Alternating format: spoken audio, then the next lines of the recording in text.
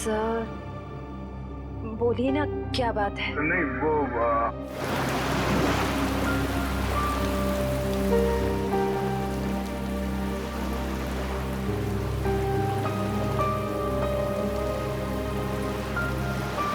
श्रेया और सिद्धार्थ की शादी पक्की हो गई।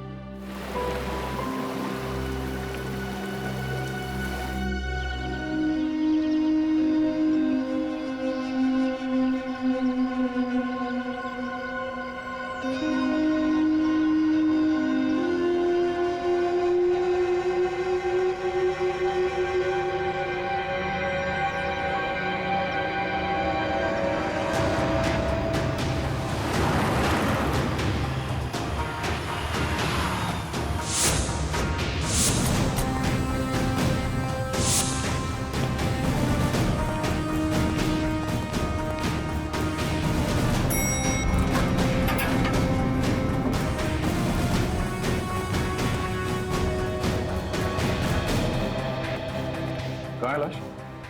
सर वो इस कैबिन में।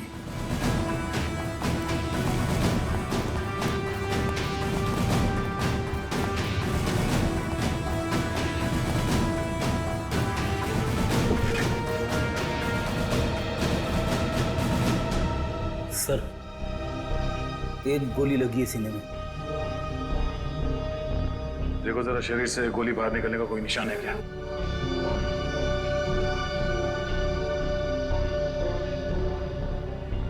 नहीं सर, कोई एग्जिट वोल नहीं है। गोली बाहर निकलने का कोई जख्म नहीं है।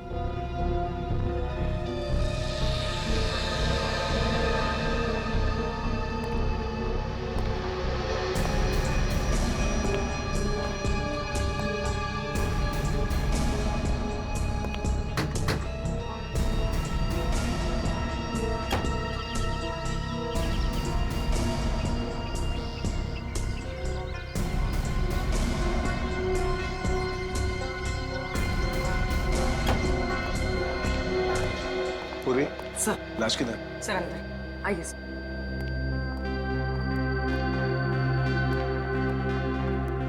आए दे।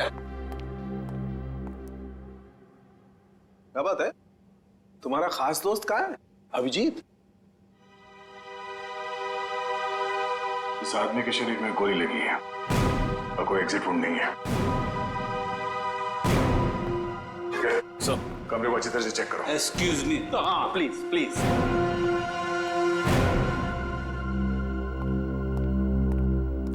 ये तारिका क्या हुआ है? ये तो एकदम उखड़ गया था। कुछ गलत तो नहीं कह दिया मैंने?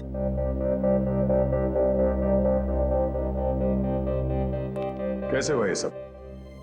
हमें नहीं पता है सर। क्या नाम है आपका? जी श्लोक। कितने लोग काम करते हैं यहाँ ऑफिस में? कोई 20-22 लोग। 20-22 लोग। दिन दहाड़े कोई आपके डायरेक्टर के कमरे के अंदर घुस जाता है, उसे मार देता है, और आप में से किसी ने कुछ नहीं देखा? सर मैं आपको सिर्फ इतना बता सकता हूँ कि जो कुछ भी हुआ है वो 1:30 से 2 के बीच हुआ होगा। खून किसने किया वो आप नहीं जानते। खून कितने बजे हुआ ये आपको मालूम है? हाँ सर, क्योंकि सर के केबिन का दरवाजा 1:30 से 2 के बीच अपने आप लॉक हो जाता है। क्यों लॉक हो जाता है? वो तो नहीं पता, सर ने ऐसे ही बनवाया है। तो क्या करते क्या थे कैबिन में 1:30 से 2 के बीच? सर, हो सकता है कि वो अपने वाइफ से बात करता हो और नहीं चाहता हो कि कोई उसे डिस्टर्ब करे। नहीं सर, सर शादीशुदा नहीं थे। तो फिर करते क्या थे वो? हाँ? पूजा करते थे, खाना खाते थे, क्या करते थे? सर वो घर से खाना खा के आते थे। और ये कैबिन का दरवाजा हर रोज ऐसे ही बंद होता था? जी सर। जी सर। तो फिर आज उसी दौरान उनका खून हुआ, ये आप लोग कैसे कह सकते हैं? सर ये शालिनी है। सर इनको अंकुश सर से मिलना था। ये दौड़ते हुए उनके केबिन में गई, लेकिन अरे शालिनी, तुम भाग के कहाँ जा रही हो? सॉरी रचना, वो बॉस से कुछ अर्जेंट काम है मुझे। सर से मिलने जा रही हो? लेकिन अभी तो 1:30 बजने वाले हैं, केबिन बंद हो जाएगा उनका। पता है, इसलिए तो जल्दी जा रही हूँ। Excuse me.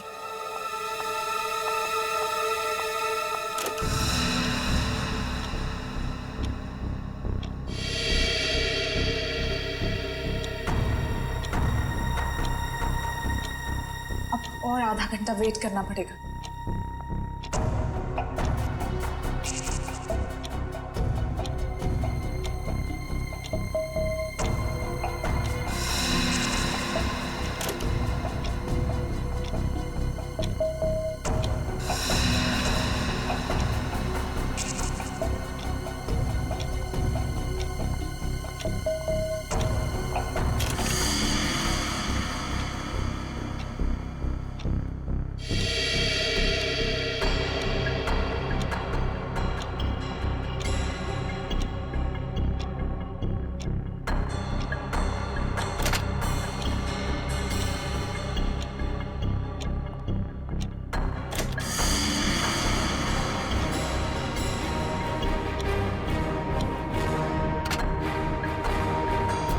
सर वो सर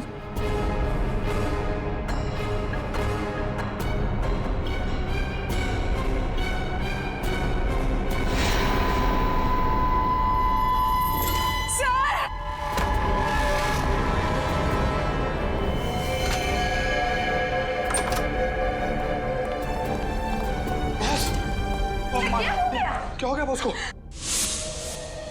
तो इसीलिए आप लोगों का मानना है कि दरवाजा बंद होने के बाद उनका खून हो। हाँ सर। सर कैबिन में कोई हथियार नहीं मिला। सर हो सकता है कमरे में कोई ऐसा मैकेनिज्म हो जिससे गोली खुद ब खुद चल गई हो।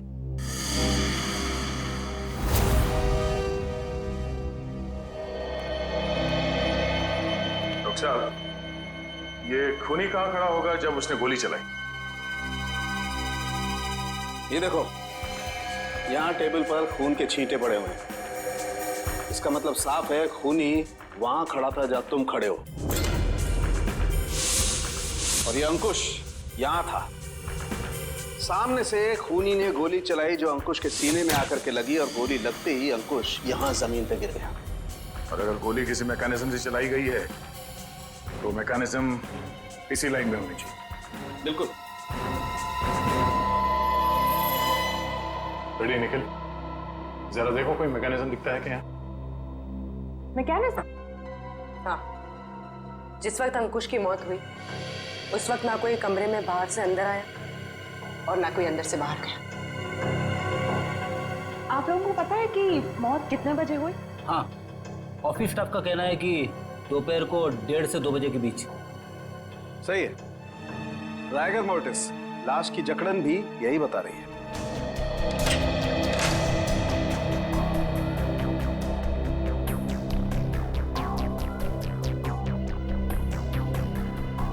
सर, यहाँ तो कोई मैकेनिज्म दिख नहीं रहा है। सर यहाँ भी ऐसी कोई चीज दिखाई दे नहीं रही है। कमरे में कोई आया नहीं और कोई मैकेनिज्म भी नहीं है, तो फिर इस आदमी को गोली लगी कैसे? कि ऐसा तो नहीं कि ये दरवाजा लॉक होने से पहले इसे गोली लगी हो?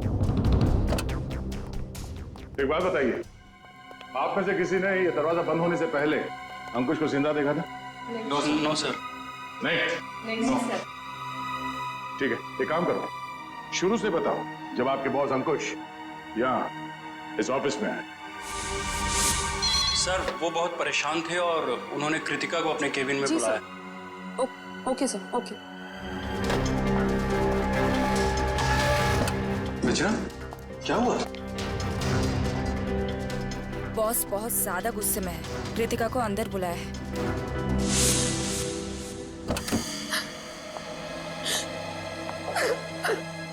क्या हुआ कृतिका? रो क्यों रही हो? कुछ नहीं। अरे बताओ ना, रो क्यों रही हो? कुछ नहीं हुआ। अरे बताओ तो कृतिका। तो कृतिका अभी कहाँ है? ऑफिस से चली गई क्या वो? नहीं सर, उसका बैग तो यहीं है।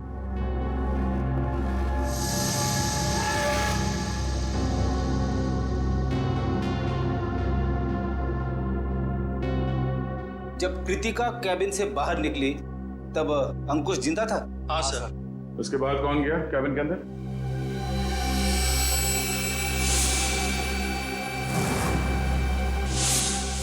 देखिए, हम एक सवाल 2 बार नहीं पूछेंगे आप लोगों से। हम यहाँ ये पता करने की कोशिश कर रहे हैं कि आपके बॉस का खून किसने किया, और इसके लिए हमें आपके सहयोग की जरूरत है। और आपके ऐसे चुप रहने से कुछ हासिल नहीं होगा। इसलिए बताइए, कृतिका के बाहर आने के बाद अंकुश के कैबिन में कौन गया था? सर, त्र्यंबक, रचना और मैं। उस वक्त कितने बजे थे?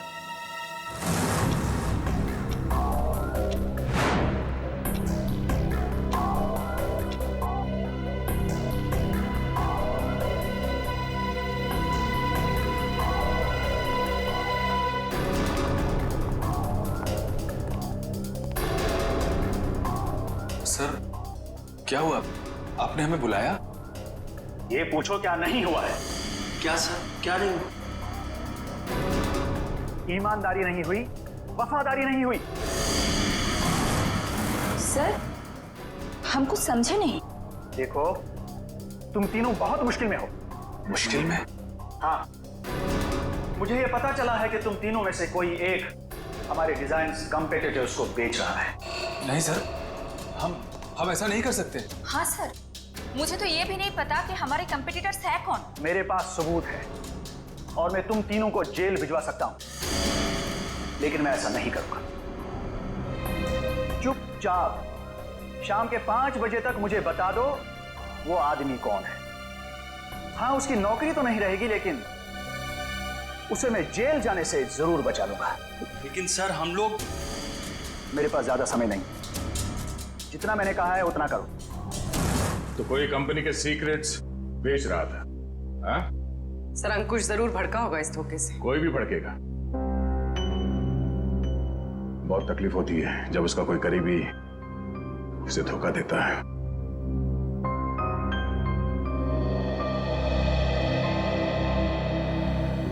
तुम तीनों में से कोई एक धोखेबाज है, वरना अंकुश सिर्फ तुम तीनों से पूछताछ क्यों करेगा इस बारे में? सर, हम बेकसूर हैं।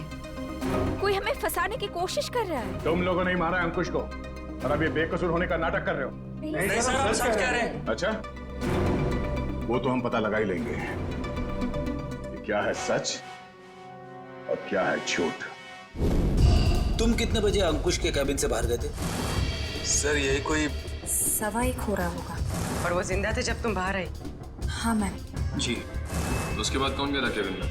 सर, मुझे पता नहीं है। मैंने किसी को जाते हुए नहीं देखा सर। मैंने भी किसी को अंदर जाते हुए नहीं देखा। सब सबका जवाब एक ही है। सर, समझ में नहीं आ रहा है कौन सच बोल रहा है और कौन झूठ। सर, ये खूनी जो कोई भी है, सर इन तीनों के बाहर आने के बाद दरवाजा लॉक होने से पहले अंकुश के केबिन में घुसा होगा। और अंकुश का खून करने के बाद शालिनी के आने से पहले निकल गया होगा। खूनी कौन हो सकता है? तो कमरे के अंदर घुसा और किसी ने उसे आते जाते नहीं देखा। अंकुश के कमरे से बाहर निकलने के बाद तुम तीनों कहाँ थे? सर, हम कॉन्फ्रेंस रूम की तरफ चले गए थे ये झूठे लगे इल्जाम के बारे में बात करने के लिए। लेकिन थोड़ी देर के बाद जब हम बाहर लंच के लिए आए तो देखा शालिनी अंकुश जी के रूम की तरफ जा रही थी। 1:15 से लेके शालिनी के कमरे के बाहर आने तक किसी ने किसी को कमरे के अंदर जाते हुए देखा? सर, हमने ध्यान नहीं दिया क्योंकि कृतिका ही ये सब देखती थी। ये कृतिका है कहाँ? पता नहीं सर, बहुत टाइम से आपने उसे देखा नहीं। पुलिस देखो, जब तक कृतिका नहीं मिल जाती कुछ पता नहीं चलेगा। आप लोग सीसीटीवी कैमरा की फुटेज क्यों नहीं देखते? उसमें पता चल जाएगा। तुम कौन हो? जी, मैं सुमित, कृतिका का बॉयफ्रेंड। और ये सीसीटीवी कैमरा के बारे में क्या बता रहे हो? कृतिका ने मुझे बताया था कि बॉस ने स्टाफ पे नजर रखने के लिए उसके डेस्क पे एक सीक्रेट कैमरा लगा रखा था। Secret camera?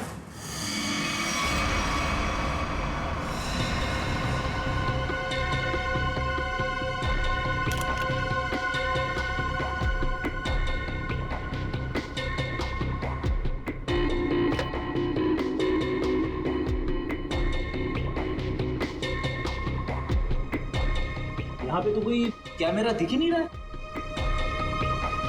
खुफिया कैमरा है, छुपा के रखा होगा।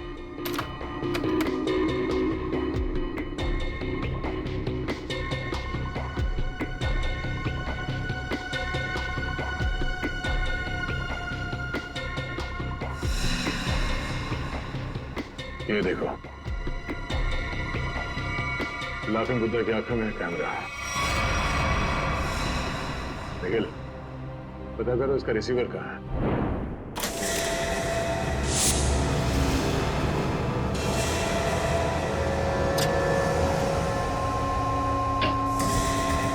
मैम, आशिता, मम्मी देखिए। अरे कृतिका, कृतिका, संभाल के। कृतिका, जाओ। कृतिका, कृतिका। सर इसने आत्महत्या करने की कोशिश की। सर जहर निकाल।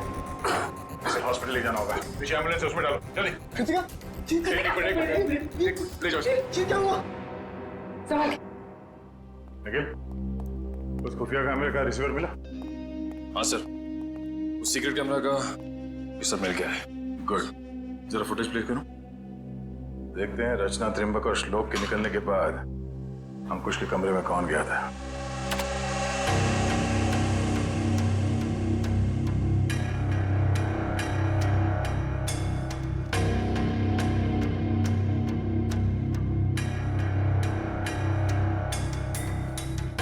उन तीनों ने कृतिका के बारे में जो कहा था वो तो सही निकला।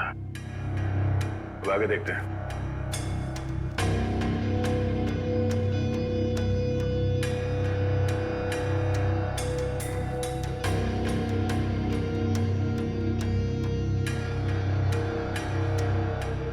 देखते हैं इस खुफिया कैमरा की आंखों ने ऐसा कुछ देखा है कि जो यहाँ काम करने वाले 20-22 लोगों ने नहीं देखा, और अंकुश की मौत हो गई।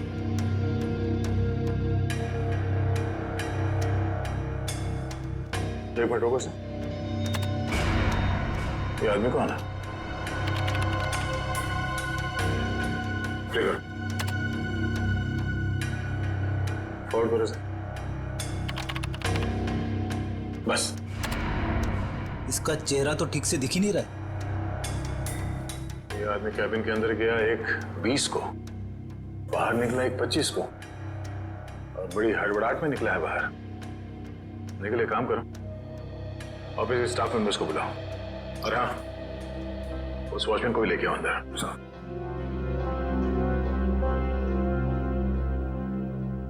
आइए सर।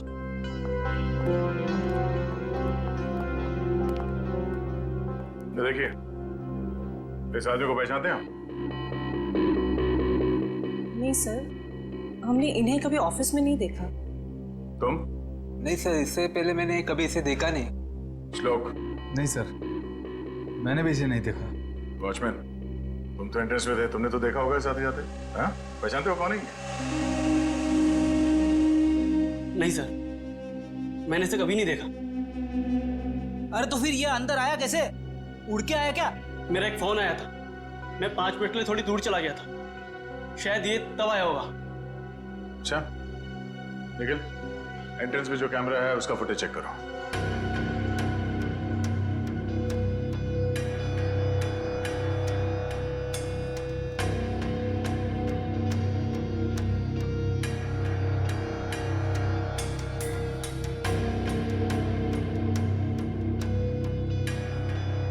एक मिनट, इस रूम को फ्रीज करो। ये सुमित? कृतिका, तुम्हें कुछ नहीं होगा, जल्दी चलो। आई। तुम्हें कुछ नहीं होगा कृतिका, तुम ठीक हो जाओगे।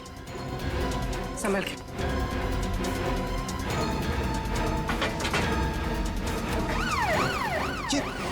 नहीं जा रहा।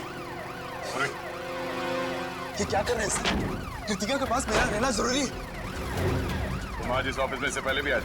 हाँ, कृतिका बहुत परेशान थी, उसी ने मुझे फोन करके बुलाया था। अंकुश का खून करने के लिए?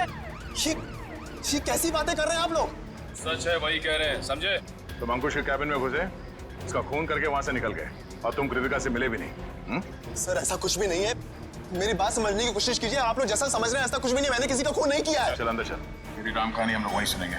सर मैं सच कह रहा हूँ, मैंने खून नहीं किया है। तुम्हारे गिड़गिड़ाने का कोई फायदा नहीं है, हम जानते हैं कि अंकुश का खून तुम नहीं किया है। सर, अगर मैंने उसका खून किया होता तो मुझे अपना गुनाह कबूल करने में खुशी होती। मैं उसे मारना चाहता था लेकिन मार नहीं पाया। तुम अंकुश को क्यों मारना चाहते थे? क्योंकि वो कृतिका को परेशान कर रहा था, उससे शादी करना चाहता था। कहता था कि अगर शादी नहीं करोगी तो उसे नौकरी से निकाल देगा। बार बार अपने एमडी होने की धमकी देता था। क्या करती बेचारी कृतिका, उसके ऊपर उसके बूढ़े माँ बाप की जिम्मेदारी थी। इसलिए तुमने बदला ले लिया अंकुश का खून करके? हा? नहीं सर, तब मुझे कृतिका ने बुलाया था, वो बहुत रो रही थी। अंकुश ने फिर से उसे धमकी दी थी, पर जब मैं ऑफिस पहुंचा तो मुझे वो नहीं दिखी। तब मैं जाकर अंकुश को धमकाया और वहां से बाहर चला गया।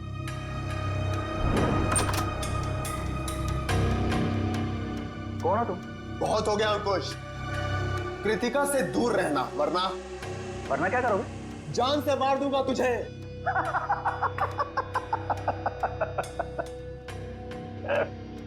अरे जा, जो करना है कर। कृतिका सिर्फ मेरी बनेगी। अंकुश, तू यहां से निकल रहा है या मैं सिक्योरिटी को बुलाऊं? आउट। अभी तो जा रहा हूं, लेकिन बहुत जल्द लौटूंगा और तब तुझे मुझसे बचाने के लिए कोई नहीं रहेगा, कोई नहीं रहेगा।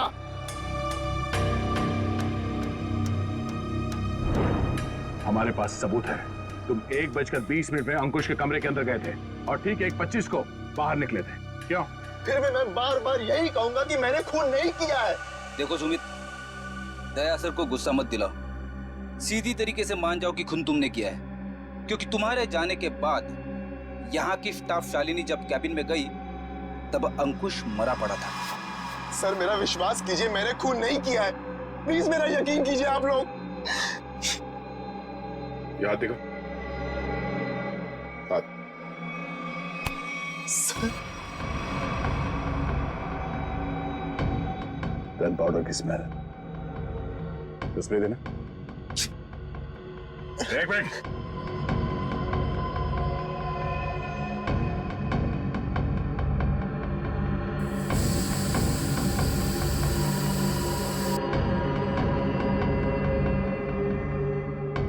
तुम्हारी उंगलियों पे गन पाउडर है, इसका मतलब है हाल ही में तुमने गोली चलाई है। नहीं सर, अंकुश का खून तुम नहीं किया है।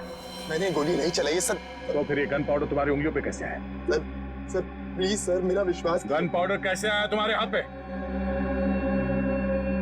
सर वो मेरे पास मेरी अपनी गन, उससे गलती से चल गई थी जब मैं आज अपने घर पर था। तुम्हारे पास अपनी गन है? लाइसेंस है? हाँ? नहीं। तो गैर कानूनी तरीके से गन रखी थी तुमने? हाँ? सिर्फ और सिर्फ अंकुश को मारने के लिए। अगर आज उससे कोई नहीं मारता तो मैं शायद उसे जरूर मार देता। तो गन कहाँ रखी है तुमने? बाहर फ्लावर पॉट में। गन को बाहर क्यों छोड़ा तूने? हाँ? क्योंकि कृतिका ने मुझे कसम दी थी कि मैं अपने साथ गन अंदर लेकर ना आऊं, वरना गुस्से में मैं कहीं उसके बॉस को मार ना दूं, इसलिए बाहर छोड़ दी। चल दिखा वो गन कहाँ है।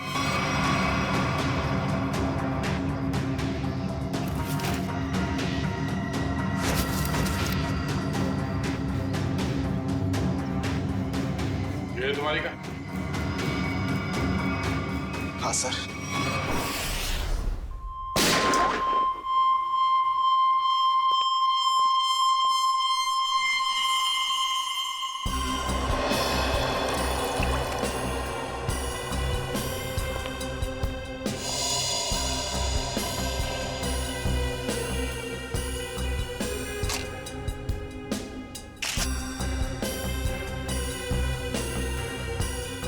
मेरी समझ में नहीं आ रहा है कि आप लोग मेरी गन को चेक क्यों कर रहे हैं, जबकि मैं इसे ऑफिस में लेकर गया ही नहीं था। दोनों बार प्लांट में ही छिपा दिया था।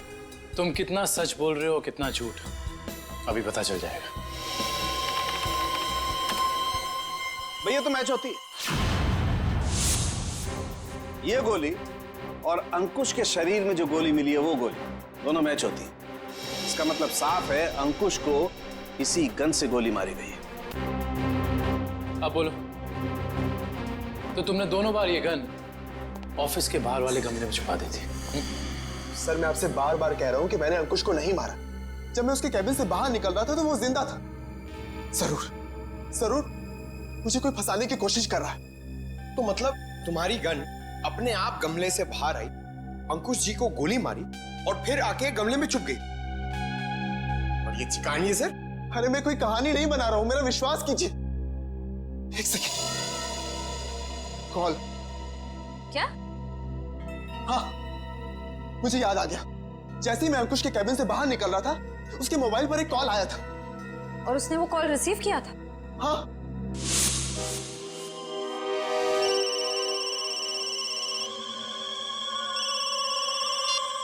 हाँ बोल। पंकज, अंकुश का मोबाइल चेक करो। सर। अगर अंकुश ने ये कॉल रिसीव किया है तो शायद वो तुम्हारे निर्दोष होने का सबूत हो।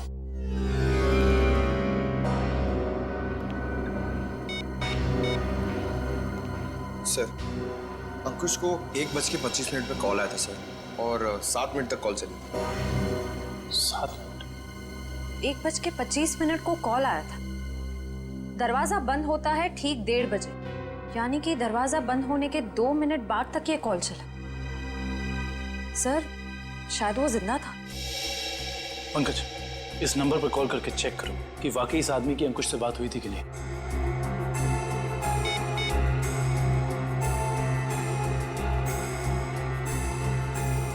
अंकुश नहीं, मैं सीआईडी ऑफिसर पंकज बोल रहा हूँ। अच्छा एक बात बताइए, आपने आज अंकुश को फोन कॉल किया था?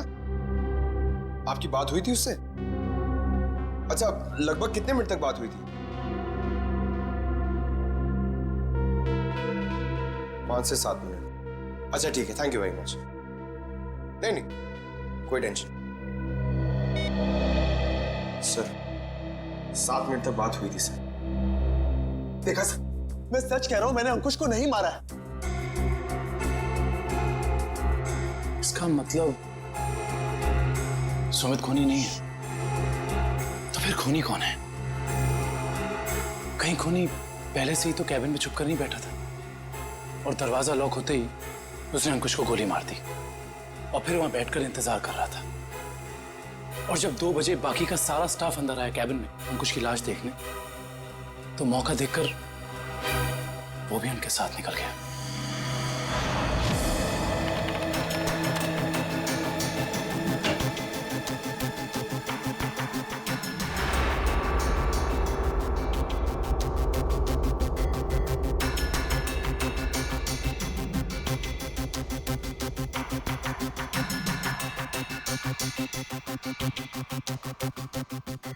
ये देखिए सर, शालिनी के चीखने के बाद जो 6 लोग कैबिन के अंदर आए थे, वही 6 लोग कैबिन से बाहर गए।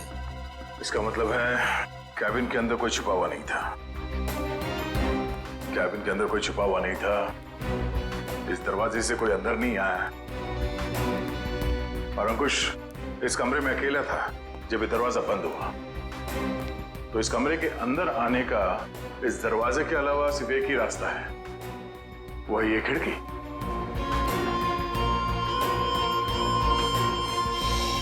मगर जब हम लोग इस कमरे के अंदर आए तो ये खिड़की अंदर से बंद थी।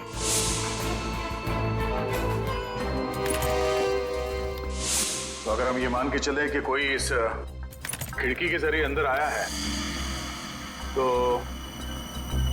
नीचे से ऊपर आना तो बहुत मुश्किल है। और किसी ने तो देखा ही होगा उसे ऊपर आते हुए। दूसरा रास्ता बचता है ऊपर, टेरेस से।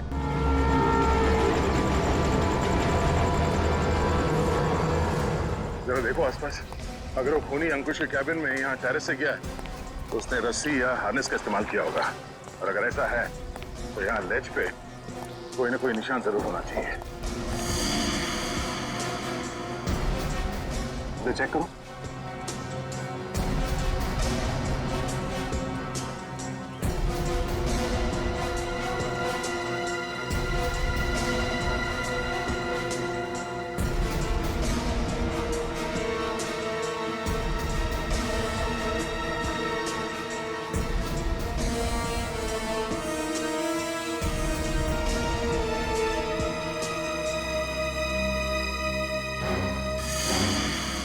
ये देखो, यहाँ पर निशान है।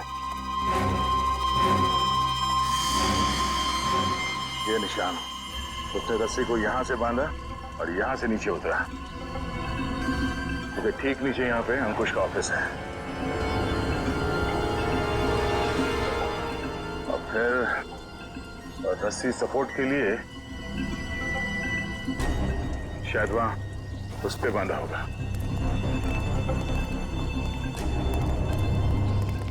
ये देखो,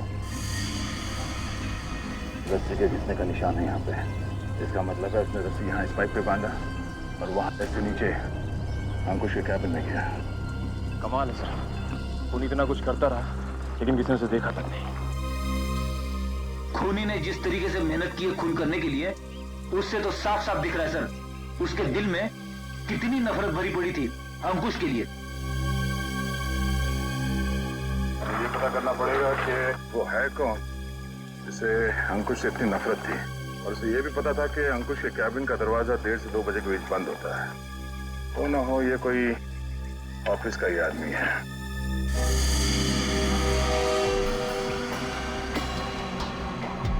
खूनी टेरेस से रस्सी के सहारे नीचे उतरा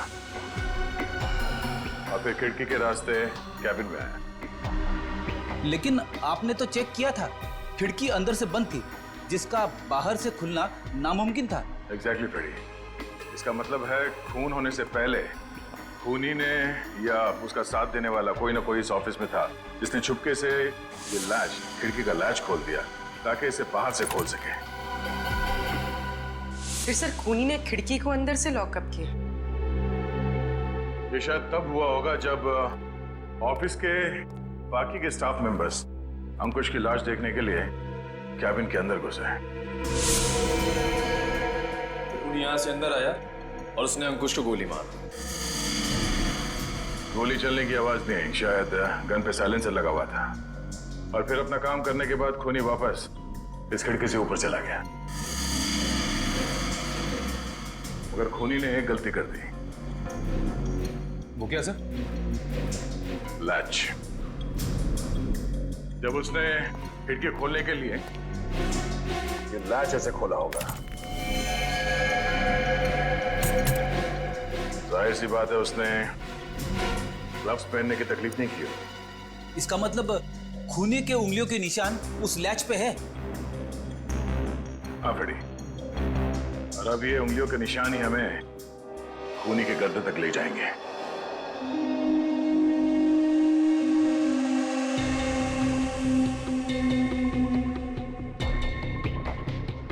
सर आप लोग हम पर शक कर रहे हैं? हाँ, क्योंकि खूनी आप लोगों में से कोई है। ये क्या कह रहे हैं आप सर? सही कह रहे हैं, थोड़ा इंतजार करो। उस खिड़की के लैच पे जो उंगलियों के निशान मिले हैं, अगर वो आप में से किसी के फिंगरप्रिंट्स के साथ मैच होते हैं तो पता चल जाएगा कि अंकुश का खूनी कौन है।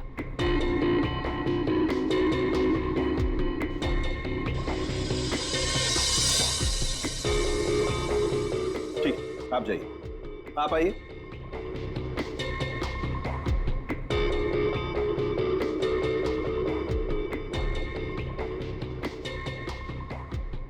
ठीक, जाइए।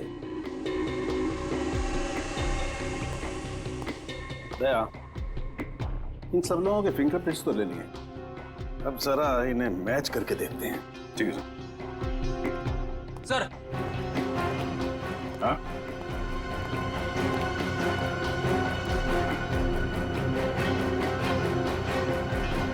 खूनी ने टेरेस से नीचे उतरने के लिए जिस रस्सी का इस्तेमाल किया था, वो रस्सी कहीं मिल नहीं रही है। अच्छा, रेडी? वो रस्सी यहाँ ऑफिस में होनी चाहिए। ढूंढो, देखो कहाँ है वो रस्सी। सबसे बड़ा सबूत है, इस फिंगरप्रिंट से भी ज्यादा बड़ा। अगर वो रस्सी मिल गई तो समझ लो खूनी अपने आप अपने हाथ आ जाएगा।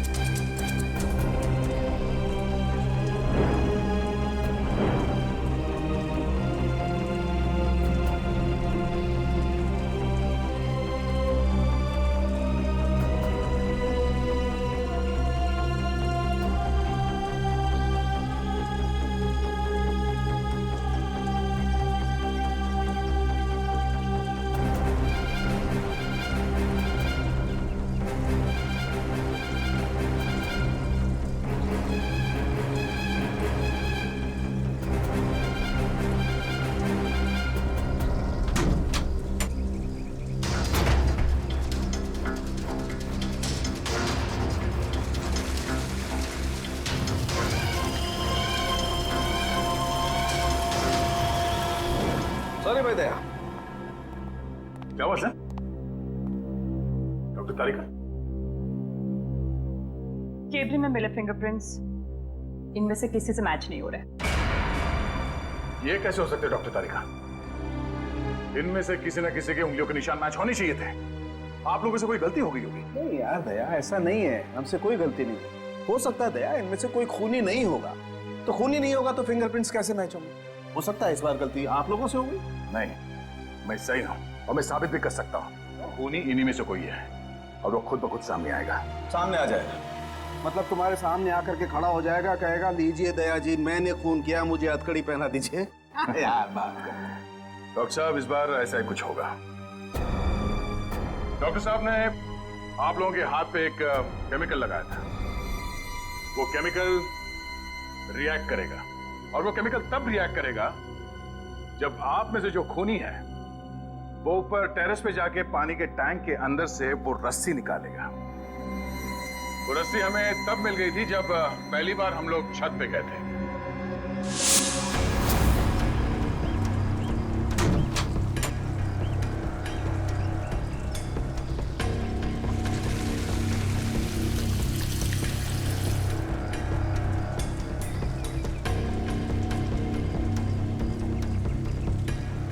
पूरी तैयारी के साथ आया था। उस रस्सी पे हमने एक केमिकल लगाया है और वो केमिकल तब रिएक्ट करेगा जब आप लोगों के हाथ पे लगा हुआ केमिकल उसके कांटेक्ट में आएगा। आप लोगों के हाथ चमकने लगेंगे अंधेरे में। Lights off.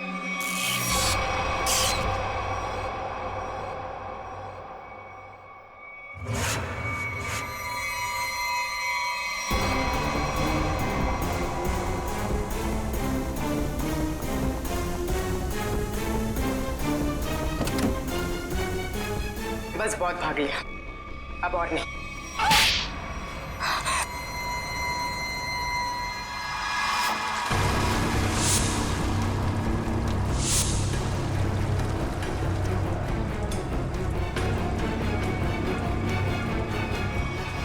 तुमने अंकुश को क्यों मारा? तुम ही कंपनी के सीक्रेट्स बेच रही थी ना? और जब अंकुश तुम तीनों से पूछताछ कर रहा था, तुम जानती थी कि तुम्हें उससे छुटकारा पाना है। हाँ? मैं बहुत पहले से ही जानती थी कि मैं पकड़ी जा सकती, इसलिए मैंने प्लान बना के रखा था कि जब भी मौका मिलेगा मैं अंकुश को मार दूंगी। तो तुमने अपने प्लान में सुमित को कैसे फंसाया और क्यों फंसाया? उसने क्या बिगाड़ा था तुम्हारा? मेरी सबसे अच्छी सहेली को मुझसे दूर कर दिया था। मैं और कृतिका अच्छे दोस्त हुआ करते थे, लेकिन जब से सुमित उसकी जिंदगी में आया था तब से कृतिका उसकी बातें करती रहती थी। सुमित ऐसा है, सुमित वैसा है, सुमित ने ये किया, सुमित ने वो किया, सुमित सुमित सुमित। इस सुमित से मुझे नफरत होने लगी थी। दिन रात उसके साथ फोन पे लगी रहती थी। इस सुमित के चक्कर में वो मुझे भूल गई थी। और आज सर के केबिन से निकलने के बाद कृतिका ने जब सुमित को फोन करके बताया कि गन को कहीं छिपा देना, मैं अपनी सहेली को मैं वापस पाना चाहती थी और यही सही मौका था सुमित को फंसाने का। इसलिए तुमने अंकुश को मारने के बाद अपनी गन सुमित के गन के साथ बदल दी और अंकुश के शरीर पे जो गोली मिली वो उस गन के साथ मैच हो गई, जिसकी वजह से सुमित फंस गया।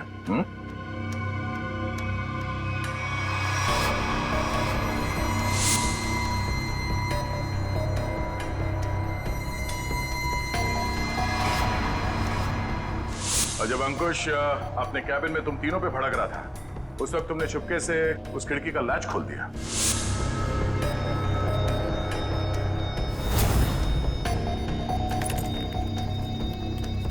और तुमने मौका पाके विंडो का लैच तब लॉक किया जब सब अंकुश की डेड बॉडी देख रहे थे, है ना?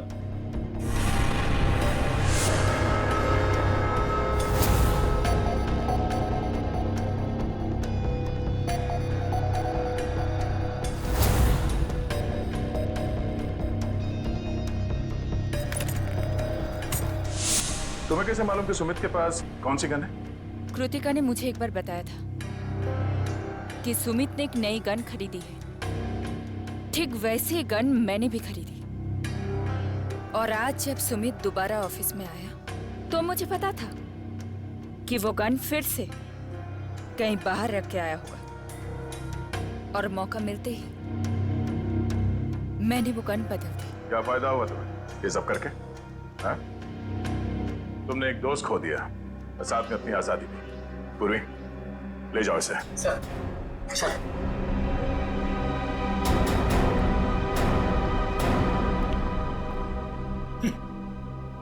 लोग भी दोस्ती में क्या क्या करते हैं सर। हाँ फ्रेडी, कुछ तो पीठ पे छुरा घोंपते हैं।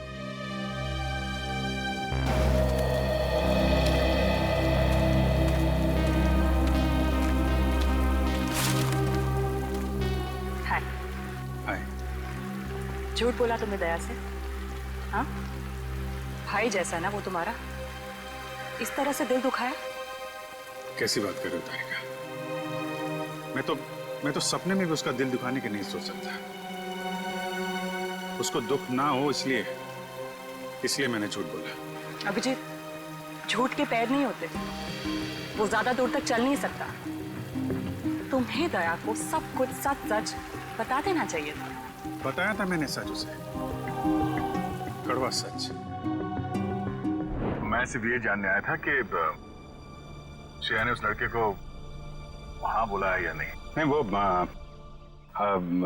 हाँ बोल दिया श्रेया ने।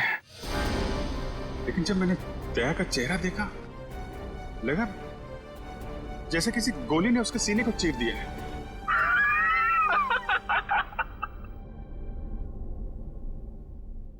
अरे यार, क्या लड़का आया नहीं, तबीयत खराब हो गई उसकी।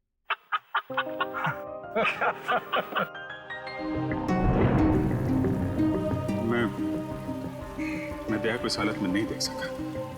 मैंने बात पलट, मैंने कहा कि मजाक था। सिद्धार्थ का परिवार तो आया ही नहीं। मैं जानता हूं ये गलत है तारिका, लेकिन ये गलत उस समय मुझे सही लगा। और दया का इतना इंपॉर्टेंट लेटर श्रेया को ना देना, ये भी तुमको सही लगा? क्या लगता है तुम्हें कि मैं जानबूझ के ये सब कर रहा हूं? मैं नहीं चाहता दया और श्रेया आए। दुनिया मुझे कुछ भी कहे, मुझे कोई फर्क नहीं पड़ता, लेकिन तारिका तुम मुझे गलत समझ रही हो।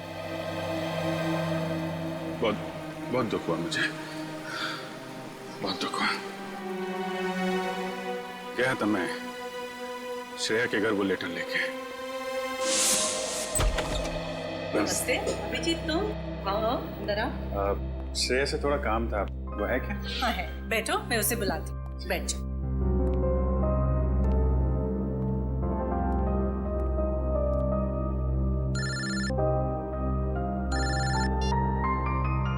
अरे भाई, तुम्हारा ही काम करने आया हूँ यार। अरे भूल कैसे सकता हूँ, लेटर है मेरे पास। अभी दिया नहीं है, जैसे ही श्रेया आती है ये लेटर उसके हवाले कर दूंगा। हैं?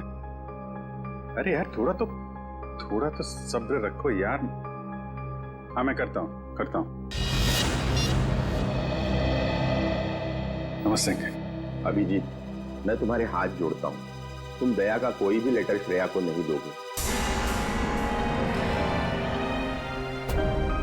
लेकिन दया और श्रेया तो... मैं जानता हूँ दया और श्रेया कुछ कहते नहीं, लेकिन वो एक दूसरे के काफी करीब हैं। मगर मैं अब नहीं चाहता हूँ कि श्रेया अपना फैसला बदले। ये तो दोनों के साथ ज्यादती होगी। आप अभिजीत, मैं मजबूर हूँ। मैंने पिछले साल सिद्धार्थ के पिता से एक बड़ी रकम उधार ली थी, जो मेरे अलावा मेरे घर में कोई नहीं जानता। और अगर श्रेया ने इस शादी से इनकार किया तो वो लोग सारे पैसे वापस मांग सकते हैं, जो मैं अभी देने की स्थिति में नहीं हूँ। लेकिन अंकल, ये तो श्रेया की जिंदगी का सवाल है। तो मैं क्या करूं? इतने पैसे कहां से लाऊं? श्रेया की मां को हार्ट प्रॉब्लम है। तुम लोगों की जरा सी गलती हमें प्रॉब्लम में डाल सकती है। देखिए, अगर सिर्फ पैसे की बात है तो हम लोग मिलकर कोशिश कर सकते हैं। पैसा तो नहीं, वो बात नहीं है। पैसे का इंतजाम हो चुका है, बस 1-1.5 महीने की बात। एक बार मैं उनके सारे पैसे लौटा दूं, उसके बाद तुम ये लेटर श्रेया को दे देना। लेकिन तब तक ये बात हम दोनों के बीच ही रहनी चाहिए, प्लीज। ये आपने बड़ी मुश्किल में डाल दिया। दया से कोई बात छुपाना इतना आसान नहीं है। अब ये बात ना मैं श्रेया को बता सकता हूँ और ना दया को। दया तो इस बारे में कुछ नहीं जानता। वो तो तुम्हें गलत समझ रहा है। इनफैक्ट नफरत करने लगा है वो तुमसे। जानता हूँ, वक्त ने गलतफहमी पैदा कर दी है, लेकिन ये भी जानता हूँ कि सही वक्त आने पर सब ठीक भी हो जाएगा।